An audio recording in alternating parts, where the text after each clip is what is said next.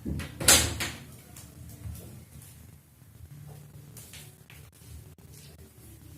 Student, आज हम लोग पढ़ने जा रहे हैं क्लास 11 का फर्स्ट चैप्टर सेट्स का फर्स्ट लेक्चर। तो ये चैप्टर बहुत ही इजी चैप्टर है क्लास 11 का, बहुत ही इजीली समझ में आ जाएगा आप लोगों को। सो स्टूडेंट देखिए, ये जो सेट्स वर्ड है ये आप लोगों ने लाइफ में बहुत बार सुना होगा, जैसे set of books, set of cricket bats, set of makeup items सुना है आप लोगों ने।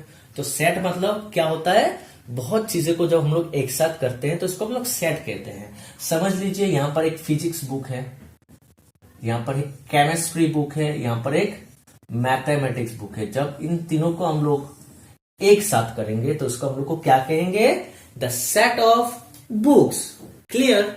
तो उसी तरह हम लोग क्या करते हैं, कुछ ऑब्जेक्ट्स को जब हम लोग कलेक्ट करते हैं एक साथ तो उसको हम लोग सेट कहते हैं। समझ में आया स्टूडेंट्स? जब हम लोग कुछ ऑब्जेक्ट्स को कलेक्ट करते हैं तो उसको हम लोग सेट कहते हैं। तो क्या होता है, सेट का डेफिनेशन पढ़ लेते हैं। Set is a well defined collection of objects. अभी ये वेल डिफाइंड का मतलब क्या होता है, वेल डिफाइंड का मतलब आप लोगों को एग्जाम्पल में समझ में आ जाएगा। ठीक है। Set is denoted by curly bracket. Set is denoted by curly bracket. देख ले आप लोग, ये स्टार्टिंग कर्ली ब्रैकेट है, ये आपका क्लोज कर्ली ब्रैकेट है। तो इस सिंबल से हम लोग क्या करते हैं, सेट को रिप्रेजेंट करते हैं। तो समझ लीजिए, मैं आप लोग को थोड़ा सा समझाने की कोशिश करता हूं। समझ लीजिए आपके पास 1 2 3 है, आप लोग क्या करेंगे, इसको कलेक्ट करेंगे। ठीक है, ये आपको 3 ऑब्जेक्ट्स, इसको आप लोग को कलेक्ट करना है। समझ लीजिए हम लोग कुछ बुक्स कलेक्ट करते हैं, बुक्स कलेक्ट करके क्या करते हैं, उसको बैग्स में रखते हैं ना। तो उसी तरह सेट में क्या होता है, इन 3 को कलेक्ट करके उसको कर्ली ब्रैकेट के अंदर रखना है। जब तक आप कर्ली ब्रैकेट के अंदर नहीं रखेंगे वो सेट नहीं होता, क्योंकि सेट का मतलब ही होता है कर्ली ब्रैकेट। सेट को हम लोग कर्ली ब्रैकेट से रिप्रेजेंट करते हैं। समझ में आया? कुछ बुक्स को जैसे हम लोग बैग के अंदर कलेक्ट करके रखते हैं, उसी तरह ऑब्जेक्ट्स को कलेक्ट करके हम लोग को कर्ली ब्रैकेट के अंदर रखना है। Clear student? अभी वेल डिफाइंड क्या होता है, वेल डिफाइंड का मतलब क्या होता है अभी हम लोग समझ लेंगे ये एग्जाम्पल से। कुछ देखिए examples. First example is collection of vowels in English alphabet is a set. ये सेट होगा। पहले सुनिए आप लोग, कलेक्शन और सेट ये 2 अलग अलग चीजें। ठीक है। Every set is a collection, थोड़ा सा डिफरेंस है। Every set is a collection but every collection is not a set. Her collection set नहीं होगा। क्यों नहीं होगा, सुनिए अभी आप लोग समझ ले। ये लास्ट 2 एग्जांपल में आप लोगों को समझ में आ जाएगा। देखिए ये collection of vowels in English alphabet is a set. ये कलेक्शन आपका सेट होने वाला है। क्यों होने वाला है, देखिए आपको समझ लीजिए, आपको एक टास्क दिया हुआ है। आपको क्वेश्चन टीचर ने पूछा आप इंग्लिश अल्फाबेट में कितना कौन कौन सा वावल से आप लिखिए, तो आप क्या लिखोगे, AEIONU। अगर वही क्वेश्चन मुझे कहा गया है, मुझे पूछा गया है, तो मैं भी AEIOU लिखूंगा। दुनिया में जितना लोग है जिसको इंग्लिश अल्फाबेट के बारे में पता है, उनको अगर ये क्वेश्चन पूछा जाए तो वो लोग सभी यही लिखेंगे। समझ में आया? मतलब क्या है, ये जो कलेक्शन है किसी के लिए चेंज नहीं होने वाला है, सबके लिए सेम टू सेम रहेगा। इसी को हम लोग वेल डिफाइंड कहते हैं। वेल डिफाइंड कलेक्शन का मतलब क्या होता है, जो कलेक्शन कभी भी किसी के लिए चेंज नहीं होने वाला है, जो कभी भी वेरी नहीं करेगा पर्सन टू पर्सन, उसको हम लोग वेल डिफाइंड कलेक्शन कहते हैं। तो इसीलिए ये एक सेट होगा, ये कलेक्शन एक सेट होगा क्योंकि ये वेल डिफाइंड है। क्लियर? नेक्स्ट वाला पढ़ते हैं। Collection of first 5 odd natural numbers is a set. ये भी एक सेट होने वाला है। समझ लीजिए सेम टू सेम आपको क्वेश्चन किया गया है कि right 5 odd natural numbers, first 5 odd natural numbers. 5 पहले का फर्स्ट 5 ऑड नेचुरल नंबर लिखना है। तो क्या क्या है, फर्स्ट ऑड नेचुरल नंबर 1 3 5 7 9। अगर सेम टू सेम क्वेश्चन मुझे पूछा गया तो मैं भी 1 3 5 7 9 लिखूंगा। जिसको भी पूछा जाएगा सब 1 3 5 7 9 ही लिखेंगे। समझ में आया? तो वो कभी भी चेंज नहीं होने वाला, ये किसी के लिए भी चेंज नहीं होगा। तो इसको मैं कलेक्ट कर दिया। कहां पर कलेक्ट करना है? कर्ली ब्रैकेट के अंदर कलेक्ट करना है। जब तक आप कर्ली ब्रैकेट के अंदर नहीं लिखोगे, जब तक आप कर्ली ब्रैकेट के अंदर नहीं लिखोगे, ये कभी भी सेट नहीं होने वाला है। जब आप कर्ली ब्रैकेट दोगे तभी जाके ये सेट होगा, अगर ये एक सेट है। क्योंकि ये एक सेट है ना, ये जो AEIOU is a collection of English vowels, ये आपका सेट है, तो आपका अभी भी ठीक है। मगर आपने अगर ये नहीं दिया तो ये सेट नहीं है, ये आपका गलत है। सिर्फ आपने ये आपने सिर्फ एलिमेंट्स को लिखा है, ये आपको कर्ली ब्रैकेट देना पड़ेगा, तब जाके ये आपका सेट होगा। तो चलिए हम लोग अभी नेक्स्ट पढ़ लेते हैं। नेक्स्ट वाला क्या है? The collection of good cricket players of India is not a set because it is not well defined. It may varies from person to person. अगर आप अच्छे से पढ़ोगे तो आप लोगों को समझ जाना चाहिए। समझ लीजिए, आपको क्वेश्चन किया गया है, आपको कहा गया है कि कुछ good cricket players of India का नाम लिखिए। इंडिया में कुछ अच्छे अच्छे क्रिकेट प्लेयर्स है, उनका नाम आप लिखिए। तो आपने लिखा विराट कोहली, रोहित शर्मा, शेखर धवन, ऐसा बहुत सारा क्रिकेट प्लेयर्स का नाम लिखा। मगर समझ लीजिए मुझे विराट कोहली पसंद नहीं है, तो मैं विराट कोहली का नाम नहीं लिखूंगा। तो समझ में आया? तो आपका जो लिस्ट बनेगा, आप क्या करोगे? एक लिस्ट बनाओगे, मैं भी एक लिस्ट बनाऊंगा, तो हम लोग का लिस्ट क्या होगा? अलग अलग होगा।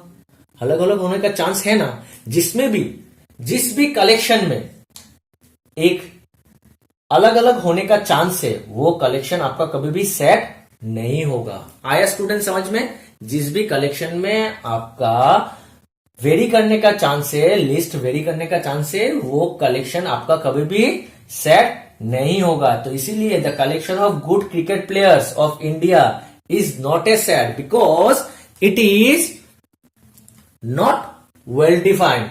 It may varies from person to person. Clear student? तो चलिए नेक्स्ट वाला देख लेते हैं।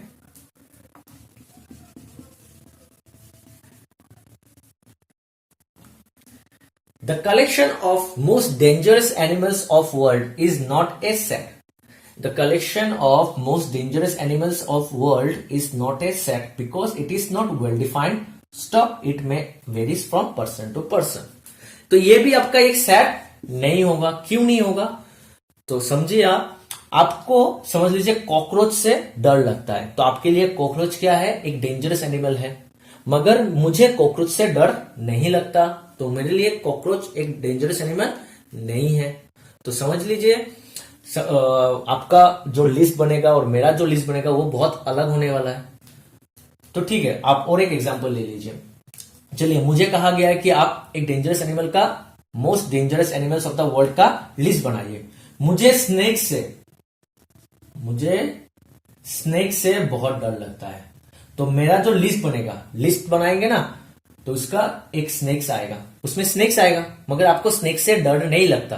तो आप जब लिस्ट बनाओगे तो आपका लिस्ट में स्नेक्स नहीं आएगा। समझ में आया स्टूडेंट? आपके लिस्ट में स्नेक्स नहीं आएगा, तो आपका लिस्ट मेरा लिस्ट अलग होने वाला है। क्लियर? तो इसीलिए वेरी कर रहा है ना, जो लिस्ट बनाया आपने वो आपका और मेरा लिस्ट वेरी कर रहा है। तीसरा पर्सन का भी लिस्ट वेरी करेगा, चौथा का भी लिस्ट वेरी करेगा, सबका अलग अलग लिस्ट वेरी करेगा।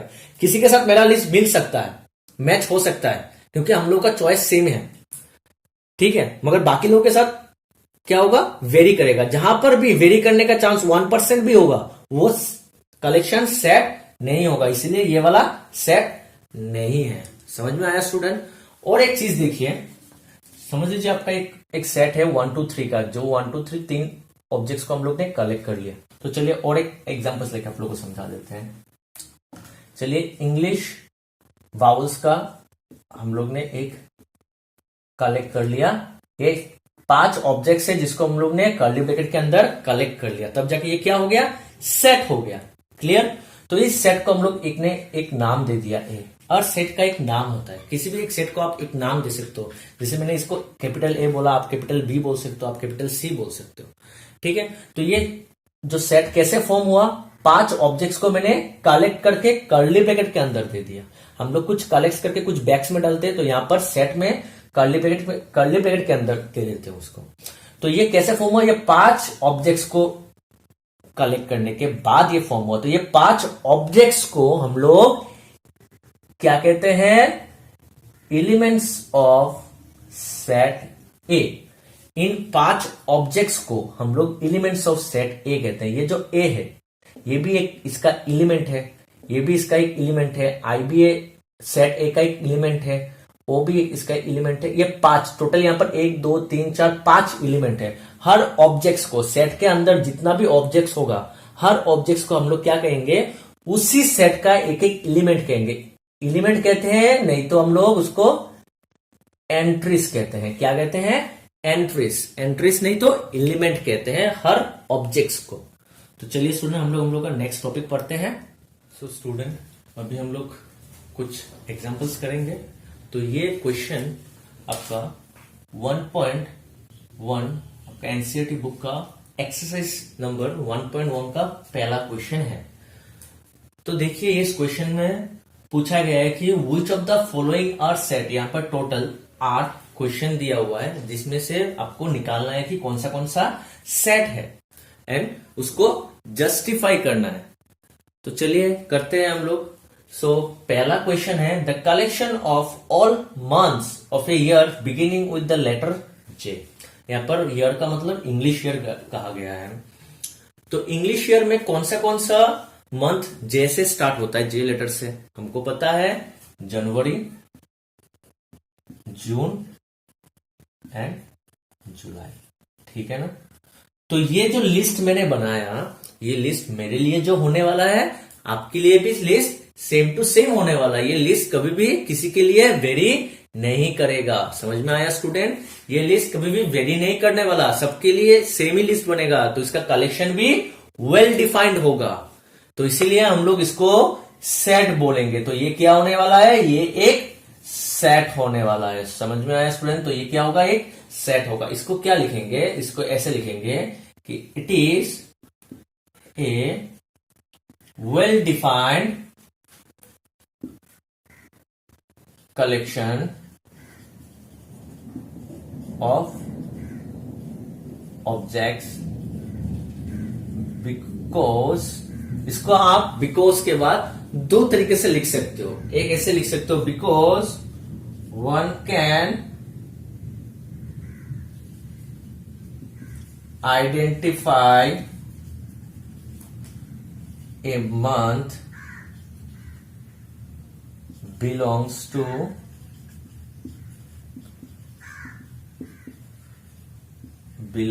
to this collection। नहीं तो आप ऐसे भी लिख सकते हो, because it will not vary from person to person। It is well defined collection of objects because it will not vary from person to person। नहीं तो ऐसे भी लिख सकते हो, it is well defined collection of objects because one can identify a month belongs to this collection। इस collection में जो जो आने वाला है वो हम लोग आइडेंटिफाई कर सकते हैं, वो पर्सन टू पर्सन वेरी नहीं करेगा। आया स्टूडेंट समझ में। अगर ये पर्सन टू पर्सन वेरी करता है तो ये एक सेट नहीं होगा। मगर ये वाला जो है पहला वाला, ये जो लिस्ट बनेगा आपका, ये जनवरी, जून एंड जुलाई का जो 3 है वो कभी भी चेंज नहीं होगा, लिस्ट सबके लिए सेम होने वाला है। तो ये एक सेट होगा। क्लियर। तो चलिए नेक्स्ट वाला देखते हैं। नेक्स्ट वाला है the collection of most talented writers of India. Most talented writers, ये आपका सेट नहीं होगा। समझ लीजिए किसी ने आपको टास्क दिया है कि आप most talented writers of India का नाम लिखिए। तो आप आपके हिसाब से, आपका चॉइस अनुसार आप कुछ नाम लिखेंगे जो आपको लगता है, जो आपको लगता है कि मोस्ट टैलेंटेड है। अगर सेम टास्क मुझे दिया गया है कि मुझे most talented writers of India लिखना है, तो मेरे अनुसार जो मुझे लगता है कि most talented writers of India है वो मेरे लिस्ट में आएगा। इसका मतलब क्या है, आपका लिस्ट तो मेरा लिस्ट थोड़ा सा चेंज हो सकता है क्योंकि हम लोग दोनों का चॉइस सेम टू सेम नहीं होगा। आया समझ में स्टूडेंट। आपके लिस्ट में जो जो नाम आ सकता है मेरे लिस्ट में नहीं आ सकता, क्योंकि हम लोग का दोनों का चॉइस डिफर कर सकता है। समझ में आया स्टूडेंट? तो इसीलिए ये क्या नहीं होगा, ये एक सेट नहीं होगा। तो इसको कैसे लिखेंगे हम लोग? इट इज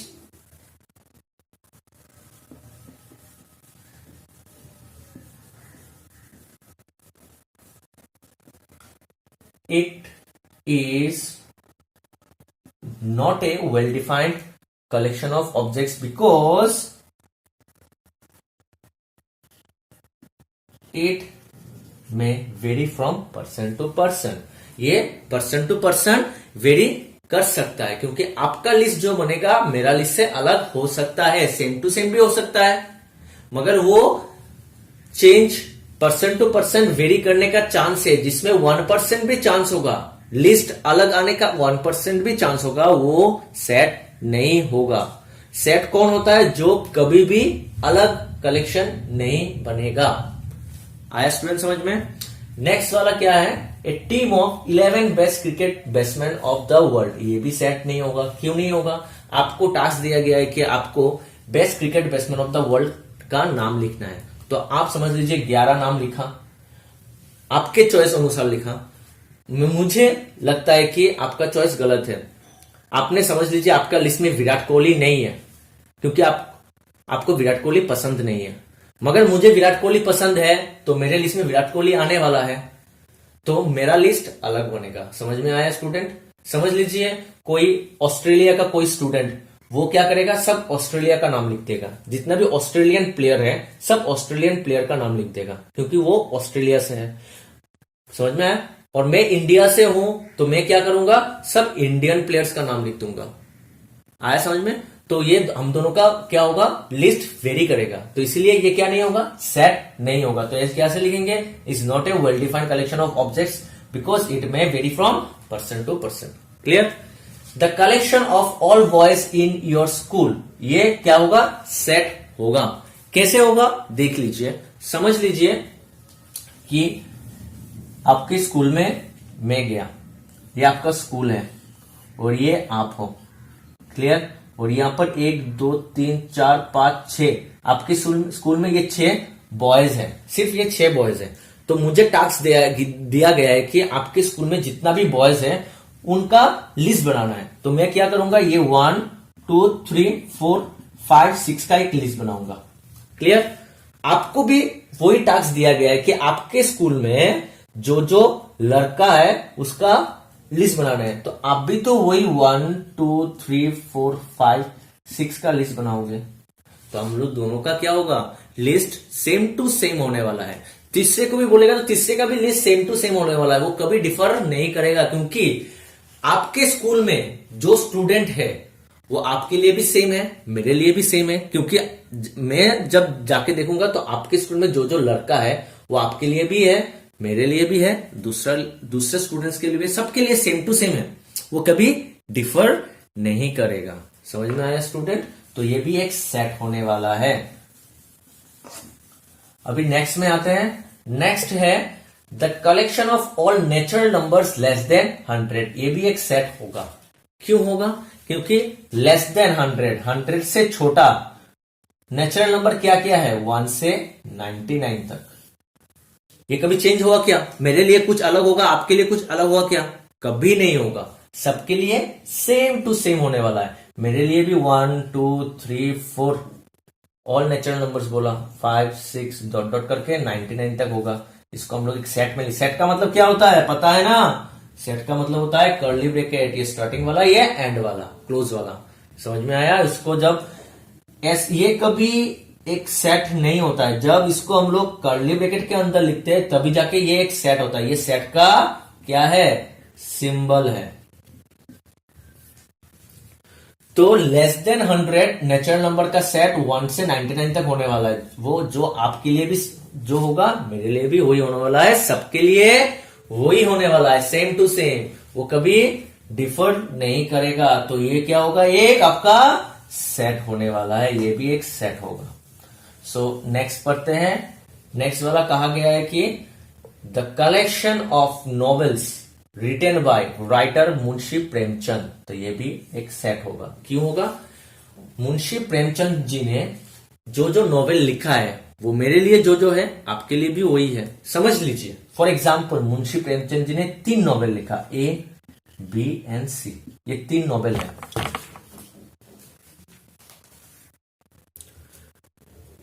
ठीक है स्टूडेंट, समझ लीजिए मुंशी प्रेमचंद जी ने 3 नॉवेल लिखा, A B and C. Clear? तो अभी मुझे एक टास्क दिया गया कि मुंशी प्रेमचंद जी ने जो जो नॉवेल लिखा उसका एक लिस्ट बनाया। तो मेरे लिस्ट में क्या क्या आएगा, ए बी सी आएगा। तो उसको मैं कलेक्ट करके कर्ली ब्रैकेट के अंदर लिख दूंगा। आपको भी सेम टास्क दिया गया है कि मुंशी प्रेमचंद जी का जो जो नॉवेल है उसका एक लिस्ट बनाना है। तो आप भी तो ये एबीसी ही लिखेंगे ना, क्योंकि मुंशी प्रेमचंद जी ने ये 3 ही लिखा, ये 3 ही नॉवेल लिखा है। तो हम दोनों का लिस्ट क्या होगा, सेम टू सेम होगा, कभी डिफर नहीं करेगा। तो इसीलिए ये भी एक सेट होगा। Clear student? तो चलिए नेक्स्ट वाला देखते हैं। नेक्स्ट वाला लिखा गया है कि a collection of all even integers. हम लोग को पता है इवन इंटीजर्स, समझ लीजिए पॉजिटिव इंटीजर्स इवन क्या क्या होगा, 2 4 6 8 10, ऐसा चलता रहेगा इंफिनिटी तक। तो ये कभी चेंज होगा क्या? आपके लिए कुछ अलग इवन नंबर्स, मेरे लिए कुछ अलग इवन नंबर्स है क्या? नहीं, इवन नंबर्स 2 4 6 8 10 यही सब इवन नंबर्स है। आपके लिए भी जो होगा मेरे लिए भी वही सेम टू सेम होने वाला है, इसीलिए ये भी एक सेट होगा। आया स्टूडेंट समझ में? चलिए नेक्स्ट वाला देख लेते हैं। नेक्स्ट वाला बहुत इजी है, आप लोगों को पूरा समझ में आ जाएगा अभी सेट के बारे में। नेक्स्ट वाला है a collection of most dangerous animals of the world. आप लोग को most dangerous animals of the world का टास्क दिया गया है कि इसका एक लिस्ट बनाना है। किसका लिस्ट बनाना है? मोस्ट डेंजरस एनिमल्स का। तो समझ लीजिए आप कॉकरोच से डरते हो, क्या आप कॉकरोच से डरते हो, तो आपकी लिस्ट में मोस्ट डेंजरस एनिमल्स की लिस्ट में क्या आने वाला है? कॉकरोच आने वाला है। मगर मैं कॉकरोच से नहीं डरता, तो मेरे लिस्ट में मोस्ट डेंजरस एनिमल्स के लिस्ट में कॉकरोच नहीं आएगा। आया समझ में स्टूडेंट? समझ लीजिए मैं स्नेक्स से डरता हूं, तो मेरा लिस्ट में क्या होगा? स्नेक्स आएगा, क्रोकोडाइल आएगा, ऐसे करके बहुत कुछ आएगा। मगर समझ लीजिए आप स्नेक्स से नहीं डरते, क्या आप स्नेक्स से नहीं डरते, तो आपका जो लिस्ट बनेगा, किसका लिस्ट? मोस्ट डेंजरस एनिमल्स का लिस्ट, उसमें स्नेक्स नहीं आने वाला। तो आपका लिस्ट और मेरा लिस्ट क्या होगा? बहुत अलग होगा। तीसरे का लिस्ट हम दोनों से भी अलग होगा। तो ऐसा ही पर्सन टू पर्सन वो लिस्ट क्या होगा? वेरी करेगा। आया स्टूडेंट समझ में? तो ये क्या होगा? एक सेट नहीं होगा। क्यों नहीं होगा? क्योंकि ये सब वेरी करता है लिस्ट। तो इसको कैसे लिखेंगे?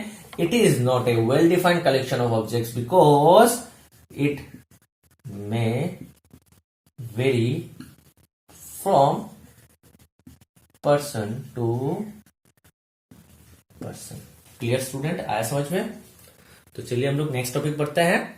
सो स्टूडेंट, हम लोग का नेक्स्ट टॉपिक है element of A set. Element of A set. ठीक है, तो चलिए समझ लीजिए कि P कोई भी एक सेट है। P क्या है? हर सेट का मैंने कहा था ना एक आइडेंटिटी होता है। हर सेट को हम लोग एक नाम दे सकते हैं, कोई भी एक नाम दे सकते हैं। मैंने इस सेट का, ये क्या है? ए ई आई ओ यू, ये किसका सेट है?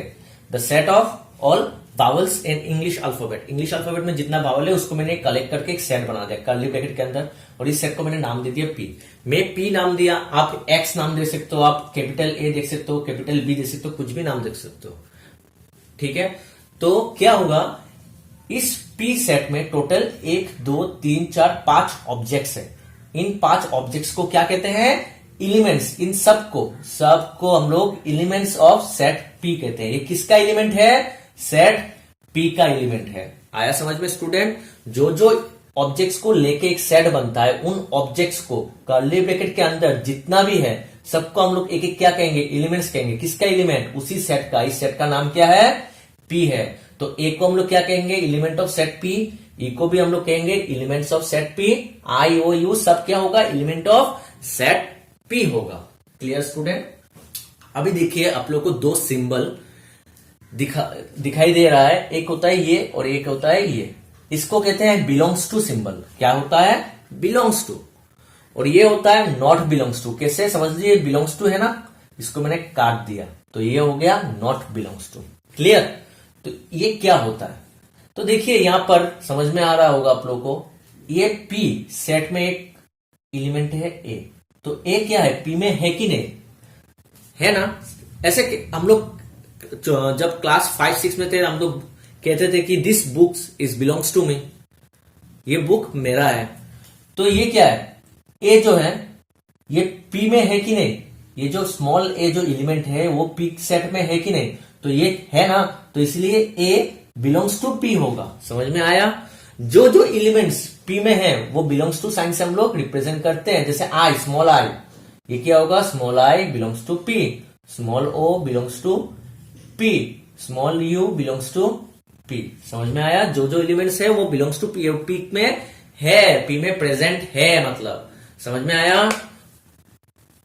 तो यहां पर देखिए अभी ये और एक एलिमेंट ले लिया, स्मॉल एक्स। स्मॉल एक्स भी एक इंग्लिश अल्फाबेट है, मगर ये पी में नहीं है कहीं पर है क्या, यहां पर नहीं है, तो ये क्या होगा, X not belongs to P, X P में नहीं है। तो इसी तरह अगर मैंने कोई और एक ले लिया स्मॉल क्यू, यहां पर स्मॉल क्यू भी नहीं है, नॉट बिलोंग्स टू पी।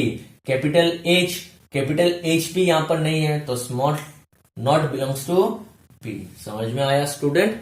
बहुत इजी है। जो सेट में प्रेजेंट रहता है, जो जो एलिमेंट सेट में प्रेजेंट होगा वो बिलोंग्स टू द सेट होगा, जो जो एलिमेंट्स सेट में प्रेजेंट नहीं है वो not belongs to the set होगा।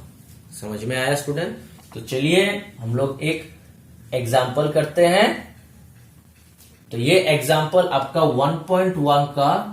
1.1 एक्सरसाइज का क्वेश्चन नंबर 2 है। बहुत इजी है। अभी देखिए, लेट ए इक्वल्स टू ए, ये आपका समझ लीजिए बीएस सेट है, कोई एक सेट है, ये दिया हुआ है ना कर्ली ब्रैकेट के अंदर, तो ये एक सेट है। Let A equals to the set of 1 2 3 4 5 6, ये किसका सेट है, 1 2 3 4 5 6, ये 6 ऑब्जेक्ट्स का, 6 एलिमेंट का सेट है। ठीक है, इसमें टोटल 6 एलिमेंट्स है। Insert the appropriate symbol belongs to और belongs to not. Clear? Insert the appropriate symbol belongs to और belongs to not in the blank spaces. यहां पर बहुत सारा ब्लैंक स्पेसेस है, इसमें आप लोगों को क्या करना है, आप लोगों को ये 2 साइन बिठाना है। जहां जहां पर बिलोंग्स टू बैठेगा वहां पर आपको बिलोंग्स टू बिठाना है, जहां जहां पर नॉट बिलोंग्स टू बैठेगा वहां पर आपको नॉट बिलोंग्स टू बिठाना है। ठीक है, तो हम लोग ये देख लेते हैं। 5 बिलोंग्स टू ए होगा क्या, होगा, क्योंकि ए में देखिए 5 है, 5 ए में प्रेजेंट है, तो ये बिलोंग्स टू होगा। क्लियर? 8 1 2 3 4 5 6, ये 1 2 3 4 5 6 का सेट है। 8 है क्या यहां पर प्रेजेंट है क्या, नहीं है, तो ये नॉट बिलोंग्स टू होगा। 0 भी यहां पर नहीं है, तो ये भी नॉट बिलोंग्स टू होगा। 4 है क्या, 1 2 3, ये देखिए 4 है, तो ये 4 बिलोंग्स टू है। 4 प्रेजेंट इन है, सो देयरफॉर 4 बिलोंग्स टू है। अगर एक कोई एलिमेंट उस सेट में प्रेजेंट है तो वो बिलोंग्स टू द सेट होता है, और अगर वो सेट में प्रेजेंट नहीं है तो वो not belongs to the set होता है। 2 प्रेजेंट है, 2 प्रेजेंट है ना भाई, देखिए, तो ये बिलोंग्स टू होगा। 10 प्रेजेंट नहीं है, तो ये नॉट बिलोंग्स टू होगा। -2 था, मगर -2 अलग नंबर है, ये पॉजिटिव है, ये निगेटिव इंटीजर है, तो -2 भी यहां पर नहीं है, तो ये क्या होगा, नॉट बिलोंग्स टू होगा। समझ में आया स्टूडेंट? एक सेट में अगर कुछ एलिमेंट प्रेजेंट है तो उस एलिमेंट को हम लोग बिलोंग्स टू द सेट कहते हैं। अगर वो एलिमेंट प्रेजेंट नहीं है तो उस एलिमेंट को हम लोग not belongs to the set कहते हैं। ठीक है स्टूडेंट? तो चलिए नेक्स्ट टॉपिक पढ़ते हैं। सो स्टूडेंट, हम लोग का नेक्स्ट टॉपिक है डिस्क्रिप्शन ऑफ सेट। सेट को हम लोग कैसे डिस्क्राइब करते हैं? तो सेट को हम लोग नॉर्मली 2 तरीके से डिस्क्राइब करते हैं। A set is described in the following 2 forms. First one is roster form, नहीं तो इसको टेबुलर फॉर्म कहते हैं। रोस्टर फॉर्म और टेबुलर फॉर्म, ज्यादातर आपको रोस्टर फॉर्म ही लिखा रहेगा बुक में या फिर क्वेश्चन में। Second one is set builder form.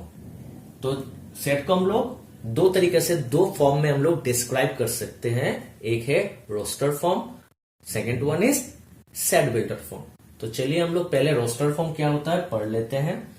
Roster form क्या होता है, in this form A set is described bye listing elements comma separated by commas comma with in curly bracket. Clear? इस रोस्टर फॉर्म में क्या होता है, roster form में हम लोग को डायरेक्ट एलिमेंट दिया रहता है, डायरेक्ट एलिमेंट कर्ली ब्रैकेट के अंदर डायरेक्ट एलिमेंट दिया रहेगा। ऐसा लिस्टिंग, इसको लिस्टिंग कहते हैं। लिस्ट क्या है ना, हम लोग जब ऑब्जेक्ट्स को लिस्ट करते हैं उसको लिस्टिंग कहते हैं। यहां पर देखिए टोटल 3 चीज को लिस्ट कर दिया, लिस्टिंग कर दिया, 3 एलिमेंट्स को कोमा से सेपरेट किया, separated by commas within this sign. Clear? तो इसको हम लोग रोस्टर फॉर्म कहते हैं, जहां पर डायरेक्ट आपको एलिमेंट्स लिस्ट किया रहता है। समझ में आया? तो चलिए कुछ एग्जांपल्स देख लेते हैं। आपको जब मैं सेट बिल्डर फॉर्म पढ़ा दूंगा तो आप लोग को समझ में आ जाएगा कि सेट बिल्डर फॉर्म और रोस्टर फॉर्म में डिफरेंस क्या है। क्लियर? तो देखिए for example the set of even natural numbers can be described as, even natural numbers set, ये सेट है ऑलरेडी, सेट मतलब कर्ली ब्रैकेट के अंदर the set of even natural numbers can be described. Natural number, even natural numbers क्या क्या है भाई, मुझे पता है 2, 4, 6, 8 ऐसा चलता रहेगा। तो वही है 2, 4, 6, 8, 10, 12 करके डॉट डॉट डॉट डॉट, मतलब ये कंटिन्यूअस चलता है, कभी भी बंद नहीं हुआ, चल रहा है। इसको हम लोग ने क्या किया, कर्ली ब्रैकेट के अंदर दे दिया। जब तक हम लोग कर्ली ब्रैकेट नहीं देंगे वो एक सेट नहीं होगा। तो the set of even natural numbers can be described as 2, 4, 6, 8, 10, 12 dot dot dot, ये curly bracket in roster form. Roster form में हम लोग इसको ऐसा लिखते हैं, यहां पर मैंने लिख के दिया हुआ है हियर द डॉट्स, ये जो डॉट्स है, डॉट्स क्या मीन करता है, the dots stand for so on, मतलब चल रहा है ऐसे। क्लियर? तो इसको हम लोग जब रोस्टर फॉर्म में लिखेंगे तो हम लोग ऐसे लिखते हैं 2, 4, डायरेक्ट देखिए लिस्ट किया हुआ है जो जो एलिमेंट्स है, the set of even natural number, even natural number का क्या क्या है, एलिमेंट्स क्या क्या होगा, 2, 4, 6, 8 मुझे पता है क्या क्या होगा। तो डायरेक्ट एलिमेंट्स दिया हुआ है, सबको कॉमा देके लिस्ट किया गया है, अलग सॉरी सेपरेट किया गया है और कर्ली ब्रैकेट के अंदर उसको दे दिया गया है। ठीक है, नेक्स्ट पढ़ते हैं the set of vowels. Next one is the set of vowels in word mathematics can be described as, curly bracket के अंदर ए ई आई है इन रोस्टर फॉर्म। क्लियर? देखिए मैथमेटिक्स में ये जो मैं लिख रहा हूं मैथमेटिक्स में देखिए 1, 2, 3, 4, ये 4 ही वावल है। ये मैथमेटिक्स में टोटल 4 ही वावल है। तो ये 4 क्वेश्चन में यही बोला गया है कि द सेट ऑफ वावल्स, सिर्फ आपको वावल्स का सेट बनाना है इन द वर्ड मैथमेटिक्स। मैथमेटिक्स में जो जो वावल्स है उसका सेट बनाना है। तो मैंने मैथमेटिक्स में क्या क्या वावल्स है मैंने निकाल दिया। ये वावल्स होता है, क्या क्या होता है, ए ई ए और आई है। तो इसको मैंने सेट में लिख दिया। सेट मतलब कर्ली ब्रैकेट में क्या क्या है, ए है तो मैंने ए लिखा, ई है मैंने ई लिखा, ए है मैंने एक एलिमेंट को आप 2 बार नहीं लिख सकते, एक एलिमेंट को आप एक ही बार लिख सकते हो। अगर वो 4 बार आ रहा है तब भी एक बार लिखोगे, अगर वो 100 टाइम्स आ रहा है तब भी आप उसको एक ही बार लिखोगे। ए मैंने लिख दिया, ई मैंने लिख दिया, ए मैंने ऑलरेडी लिख दिया और आई। तो देखिए मैंने हर एलिमेंट्स को लिस्ट कर दिया, कोमा देके उसको सेपरेट कर दिया और कर्ली ब्रैकेट के अंदर लिख दिया। समझ में आया? तो इसको कहते हैं रोस्टर फॉर्म, जहां पर आपको हर एलिमेंट्स पता है। क्लियर? आपको कुछ निकालने की जरूरत नहीं है। Clear student? चलिए हम लोग पढ़ते हैं set builder form. So student अब हम लोग पढ़ेंगे set builder form. Set builder form क्या होता है? सेट बिल्डर फॉर्म में आप लोग को एलिमेंट्स नहीं दिया जाएगा। सेट बिल्डर फॉर्म में आप लोग को सिर्फ उसका प्रॉपर्टी दिया रहेगा कि वो एलिमेंट्स क्या है, उसका क्या प्रॉपर्टी है, आप लोग को वो एलिमेंट्स निकालना है। क्लियर? तो सेट बिल्डर फॉर्म क्या है? Set builder form, in this form A set is described bye characterising property px, मतलब प्रॉपर्टी है ना, प्रॉपर्टी p फॉर प्रॉपर्टी, ये किसका प्रॉपर्टी है? एलिमेंट्स का, तो इसलिए small x, capital P of x मतलब प्रॉपर्टी ऑफ x, एलिमेंट्स को हम लोग स्मॉल x से रिप्रेजेंट करते हैं। Characterising property px of its element x, her set में समझ लीजिए ये आपका है ना a e i o u, in her elements को हम लोग स्मॉल x से रिप्रेजेंट करते हैं। मतलब स्मॉल x का मतलब कैपिटल, ये a भी होगा, e भी होगा, i o u सब होगा। समझ में आया कि समझ में नहीं आया? आया स्टूडेंट समझ में? समझ लीजिए आप नेचुरल नंबर को किससे रिप्रेजेंट करते हैं? कैपिटल एन से। पता है ना आप लोगों को, the set of all natural numbers को हम लोग कैपिटल एन से रिप्रेजेंट करते हैं। तो कैपिटल एन 1 को भी रिप्रेजेंट करता है, 2 को भी रिप्रेजेंट करता है, 3 को भी रिप्रेजेंट करता है, 100 को भी रिप्रेजेंट करता है। क्यों? क्योंकि 1 2 3 इज 1 2 3 4 सब, ये सब जो नंबर क्या है, ये आपका नेचुरल सेट में आ रहा है। समझ में आया? तो उसी तरह सेट का जो हर एलिमेंट होता है, हर सेट का जो एलिमेंट होता है, एलिमेंट को हम लोग स्मॉल एक्स से रिप्रेजेंट करते हैं सेट बिल्डर फॉर्म में। किस फॉर्म में? सेट बिल्डर फॉर्म में हम लोग एक सेट का हर एलिमेंट को स्मॉल एक्स से रिप्रेजेंट करते हैं, स्मॉल एक्स से। नहीं तो आप ऐसे भी बोल सकते हो इसका definition, set is described bye is a set of, curly bracket का मतलब क्या होता है? सेट ऑफ स्मॉल एक्स, मतलब बहुत सारा स्मॉल एक्स का set is a set of small x. इसका मतलब होता है सच दैट, ये जो दो डॉट है इसको हम लोग कहते हैं सच दैट। कभी कभी डॉट रहता है, नहीं तो ऐसा रहता है, ऐसा साइन, दिस और दिस आप लिख सकते हैं। ये जो है एक स्टिक जैसा, नहीं तो एक डॉट है, इसको हम लोग सच दैट कहते हैं। इधर ये स्टिक जैसा होगा, नहीं तो एक डॉट होगा। तो ये क्या है? Set is describe by is a set of, curly bracket का मतलब होता है सेट का सिंबल होता है कर्ली ब्रैकेट। तो is a set of x, मतलब बहुत सारा एक्स। अभी एक्स को हम लोग डिफाइन करेंगे, एक्स का मतलब क्या है, उसका प्रॉपर्टी लिखेंगे। सच दैट पी एक्स मतलब प्रॉपर्टी ऑफ एक्स होल्ड्स, मतलब यहां पर हम लोग उसका प्रॉपर्टी लिखेंगे। क्लियर? समझ में आया स्टूडेंट? ऐसे ही हम लोग सेट बिल्डर फॉर्म को डिस्क्राइब करते हैं। आपका रोस्टर फॉर्म में क्या होता है? रोस्टर फॉर्म में आपका हर एलिमेंट्स लिस्ट किया जाता है, हर एलिमेंट्स डायरेक्ट दिया रहता है, मगर यहां पर एलिमेंट्स दिया नहीं रहेगा, यहां पर आपको एलिमेंट्स का प्रॉपर्टी दिया रहेगा। समझ में आया? तो देख लीजिए आप, एग्जांपल्स मैंने लिख के दिया है। The set of natural numbers, the set of all even natural numbers can be described as, even natural numbers का set, the set of all even natural numbers can be describe. कैसे लिखेंगे? ऐसे start करेंगे, set of x मतलब जितना भी, मुझे पता है all even natural number set, अगर रोस्टर फॉर्म में लिखेंगे तो कैसे होगा? यही एग्जांपल मैंने रोस्टर फॉर्म में लिया था, सेम टू सेम एग्जांपल। कैसे स्टार्ट हुआ था? 2 4 6 8 10 डॉट डॉट डॉट हुआ था। तो ये बहुत सारा एलिमेंट्स का एक सेट है, बहुत सारा, 1 2 3 4 कैसे बहुत सारे एलिमेंट है। तो हर एलिमेंट को हम लोग क्या कहते हैं? Small x. हर एलिमेंट को हम लोग स्मॉल एक्स कहते हैं। तो बहुत सारा स्मॉल एक्स का एक सेट है, तो इसीलिए इसको ऐसे पढ़ा जाता है, जैसे सेट ऑफ स्मॉल एक्स। अभी स्मॉल एक्स क्या है? X is a natural number. ये जो स्मॉल एक्स है ये क्या है? X is a natural number है, मगर मुझे नेचुरल नंबर नहीं बोला, इवन नेचुरल नंबर बोला। इवन नेचुरल नंबर क्या होता है? मुझे पता है इवन नंबर क्या होता है, जो 2 से मल्टीप्लाई रहता है। समझ में आया? जो 2 से मल्टीप्लाई रहता है उसको कहते हैं इवन नेचुरल नंबर। तो इसलिए मैंने यहां पर लिखा and small X is a natural number and small X equals to twice N, twice small N. ये स्मॉल एन 2 से मल्टीप्लाइड है। यहां पर एन में मैं जो भी नंबर बिठाऊंगा वो 2 से मल्टीप्लाई होने के बाद क्या हो जाता है? वो इवन हो जाता है। And belongs to capital N. अब कैपिटल एन का मतलब क्या होता है? कैपिटल एन का मतलब होता है सेट ऑफ नेचुरल नंबर्स। समझ में आया? Set of natural numbers. अभी समझ लीजिए, देखिए आप लोग, अभी हो जाएगा। ये आपका किस फॉर्म पे था? रोस्टर फॉर्म पे। अभी देखिए नेचुरल नंबर कहां से स्टार्ट होता है? 1 2 3 4 ऐसे स्टार्ट होता है। तो पहले नेचुरल नंबर 1 बिठाएंगे यहां पर। स्मॉल एन बिलोंग्स टू, याद है बिलोंग्स टू का मतलब क्या होता है? बिलोंग्स टू का मतलब जो सेट में प्रेजेंट होता है। तो एन में क्या क्या है? एन में 1 2 3 ऐसा करके जा रहा है। तो ये पहला जो एन है, ये पहला एन 1 है, 1 यहां पर बिठाएंगे। तो 1 बिठाने से कितना होता है? 2 1 जा 2, देखिए आ गया। उसके बाद 2 बिठाएंगे, 2 यहां पर बिठाओ, 2 2 जा 4 आ गया। उसके बाद आप 3 बिठाइए, 3 बिठाने से 3 2 जा 6 आ गया। 4 बिठाने से 4 2 जा। ये सब क्या है?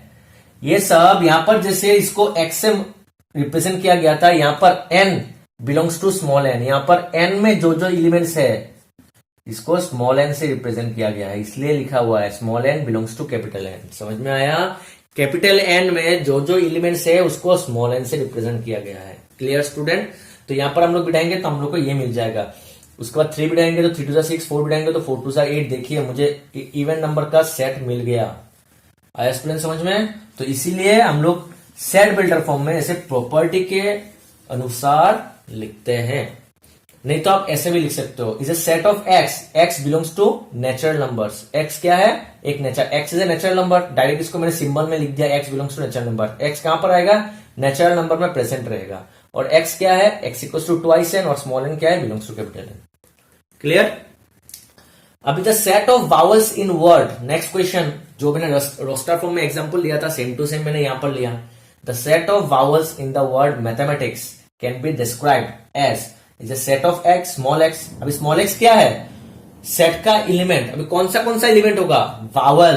तो एक्स इज मैंने डायरेक्ट उसका प्रॉपर्टी यहां पर लिख दिया। यहां पर जैसे उसको प्रॉपर्टी लिखा था, जिसको यूज करके मैं रोस्टर फॉर्म बना सकता हूं। समझ में आया? जिसको देखने के बाद मुझे कौन सा एलिमेंट होगा वो समझ में आ जाएगा, उसको प्रॉपर्टी कहते हैं।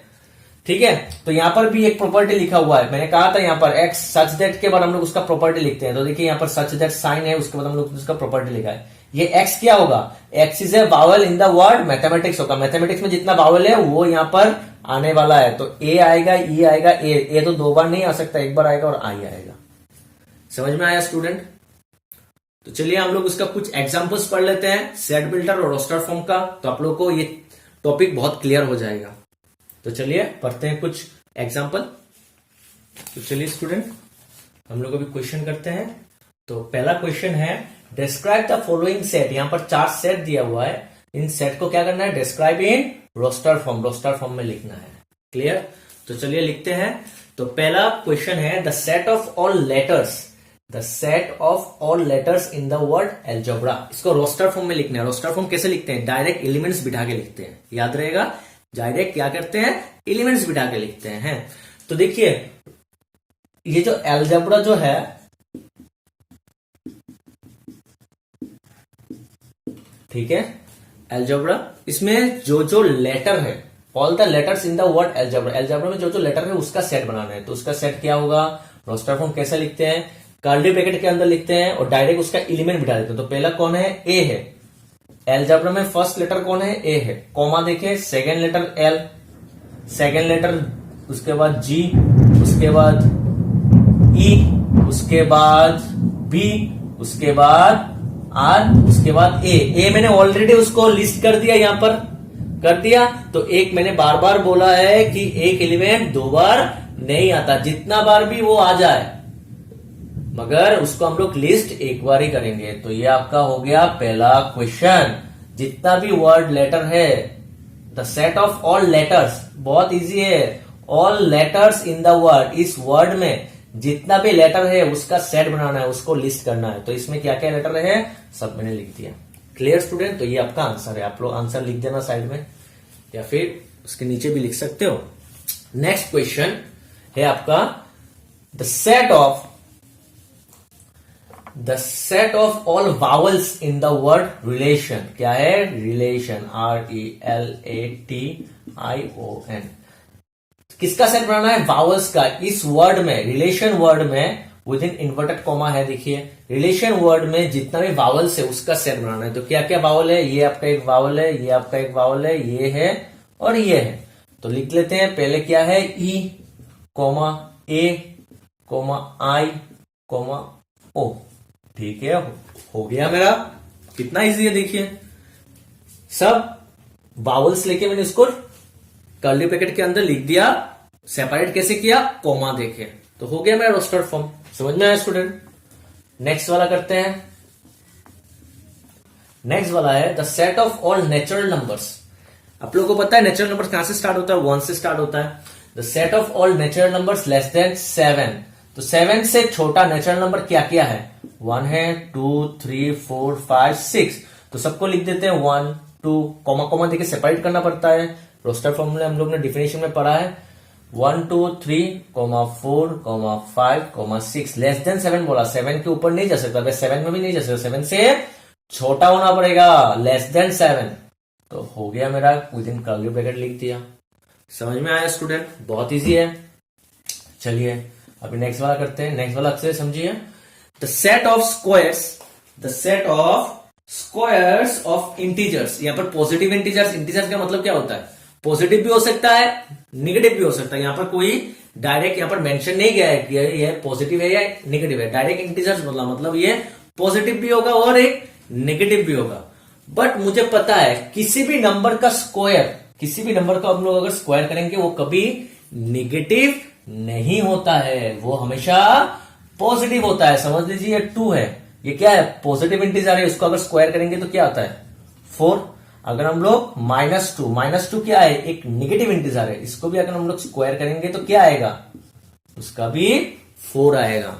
तो कोई भी एक नंबर है अगर वो पॉजिटिव है या नेगेटिव है, उसको अगर स्क्वायर करेंगे तो उसका आंसर हमेशा एक ही आने वाला है जो पॉजिटिव है। अगर हम लोग ने +2 लिया या फिर -2 लिया, इसको भी अगर स्क्वायर किया, इसको भी स्क्वायर किया, तो दोनों का आंसर क्या आएगा, दोनों का आंसर हम लोग का एक ही आने वाला है 4। इसका भी 4 आएगा, इसका भी 4 आएगा। समझ लीजिए आपने 4 का स्क्वायर लिया या फिर -4, 4 और -4 एक पॉजिटिव है एक नेगेटिव है, इसको भी, तो दोनों का आंसर क्या आएगा 16। क्लियर, क्योंकि स्क्वायर, समझ में आया, square of any number is always positive. Clear, समझ में आया स्टूडेंट, बहुत इजी है। तो चलिए करते हैं हम लोग ये वाला।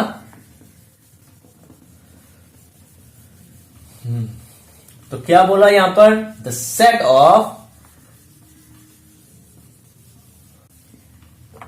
Set of squares of integers. तो 0 का स्क्वायर क्या होता है, इंटीजर। 0 का स्क्वायर क्या होता है, 0 होता है। ठीक है, तो हम लोग यहां से जाएंगे, देखिए नंबर लाइन, ये 0 है, इधर एक 1 आएगा, इधर -1 आएगा। अभी हम लोग ने थोड़ी देर पहले समझ लिया कि 1 का भी जो होगा -1 का भी, दोनों का स्क्वायर सेम ही आने वाला है। 2 का 4 आएगा, -2 का भी 4 आएगा। तो 1 का आएगा, 1 का स्क्वायर कितना है 1, -1 का भी स्क्वायर कितना है, -1 का भी स्क्वायर कितना है 1 ही है, 1। तो इसको लिस्ट कर रहे हैं हम लोग, कॉमा देके सेपरेट कर रहे हैं। उसके बाद 2 का स्क्वायर कितना है, क्या है, इधर 0 के बाद आता है 1 और लेफ्ट के तरफ -1, राइट के तरफ 2, इधर -2। 2 का स्क्वायर और -2 का स्क्वायर दोनों का 4 है। इधर आएगा 3, इधर आएगा -3, 3 का स्क्वायर भी 9, -3 का भी स्क्वायर भी 9। तो ऐसे 0 1 4 9, उसके बाद 4 का स्क्वायर 16, 5 का स्क्वायर 25, 36 करते चलता जाएगा, मतलब डॉट डॉट देके लेंगे, मगर 100 ऑन आया। समझ में आया, हर इंटीजर, बहुत सारा इंटीजर है, समझ में आया, इन्फिनिटी तक है, तो सबको सब कुछ हम लोग नहीं लिख सकते, तो इसलिए हम लोग इसको डॉट डॉट दे देंगे। समझ में आया, तो ये आपका हो गया। अभी देख लेते हैं नेक्स्ट क्वेश्चन।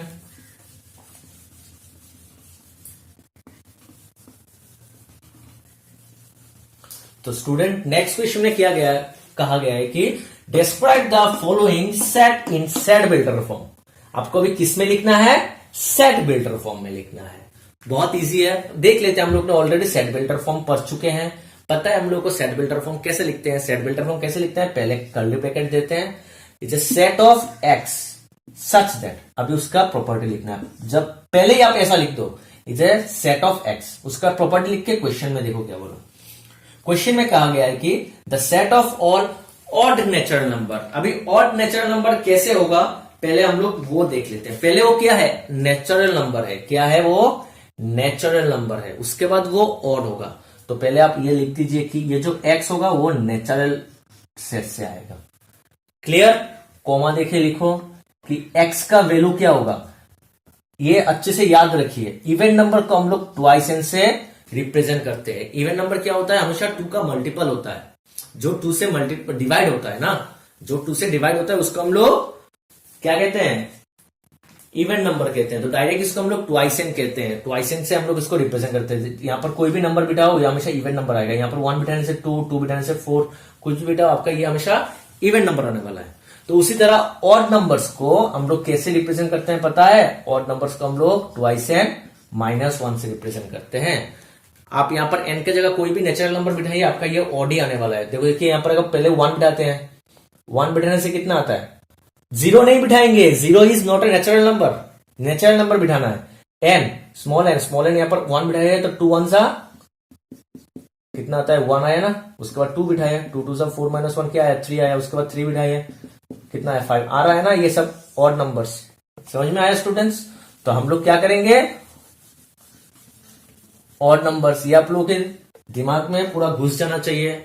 इवन नंबर बोलेगा, इवन नंबर को हम लोग टू स्मॉल एन से रिप्रेजेंट करते हैं और ऑड नंबर्स को ट्वाइस एन माइनस 1 से रिप्रेजेंट करते हैं। समझ में आया? तो x इक्वल्स टू क्या होगा? Twice N minus 1। और ये n क्या है? ये n होता है नेचुरल नंबर। समझ में आया? यहां पर क्या बिठाते हैं? n में सब नेचुरल नंबर बिठाते हैं, तो small n belongs to capital N। आया समझ में स्टूडेंट्स? अभी देख लेते हैं फिर से, ये क्या है? The set of reciprocals of natural number. The set of का कैसे लिखते हैं? The set of x। ये x क्या है? रेसिप्रोकल है। किसका रेसिप्रोकल है? नेचुरल नंबर का। तो ऐसे लिख देते हैं, x क्या है? नेचुरल नंबर है। ये x क्या है? नेचुरल नंबर नहीं होगा। ये x यहां पर नेचुरल नंबर नहीं होगा। x बोला नेचुरल नंबर का रेसिप्रोकल। आया समझ में स्टूडेंट्स? x क्या बोला? नेचुरल नंबर का रेसिप्रोकल्स। तो x इक्वल्स टू 1/n। और ये जो n है, ये n आपका नेचुरल नंबर है। नेचुरल नंबर समझ लीजिए, n क्या है? नेचुरल नंबर है ना, वो नेचुरल नंबर का रेसिप्रोकल। रेसिप्रोकल पता है ना? किसी नंबर को हम लोग जब उल्टा कर देते हैं, जैसे ये समझ लीजिए ये आपका 5 है, 5 का रेसिप्रोकल क्या होगा? 1/5, क्योंकि हर नंबर के नीचे एक साइलेंट 1 रहता है ना, तो इसको हम लोग उल्टा कर देते हैं, ये 1 ऊपर आ जाता है, उसको हम लोग उल्टा कर दिया। तो इसलिए कोई भी एक natural number, the set of reciprocals of natural, बहुत सारे नेचुरल नंबर्स है, तो सब नेचुरल नंबर्स को हम लोग कैपिटल एन से रिप्रेजेंट करते हैं। तो उस कैपिटल एन का कोई भी एक एलिमेंट, उस नेचुरल सेट से कोई भी एक एलिमेंट अगर मैंने ले लिया, समझ लो ये 5 को हम लोग स्मॉल एन से रिप्रेजेंट कर सकते हैं, तो उसको उल्टा करेंगे तो क्या आता है? 1/5। तो उसी तरह ये 1/n। समझ में आया? अब student next, the set of cube of integers. The set of cube of integers, तो क्या होगा? सेट ऑफ x, ऐसे लिखेंगे। अभी ये x क्या है? रिप्रेजेंट करना है। x क्या हुआ? क्यूब होगा। x क्या होगा? किसी भी नंबर का क्यूब होगा। अभी किस नंबर का क्यूब होगा? इंटीजर्स का। ये जो नंबर है वो क्या होने वाला है? इंटीजर है। और इंटीजर को हम लोग किससे रिप्रेजेंट करते हैं? कैपिटल Z से। पता है ना आप लोगों को? कैपिटल Z का मतलब होता है सेट ऑफ इंटीजर्स। क्लास 10 में पढ़ के आए हो आप लोग। कैपिटल N का मतलब होता है set of natural number. Capital Z का मतलब होता है सेट ऑफ इंटीजर्स। क्लियर? तो यहां पर भी वही ऐसे, the set of reciprocals of natural number. कोई भी नंबर को रेसिप्रोकल कैसे करते हैं? उल्टा कर देते हैं ना। 5 को क्या होता है? 1/5।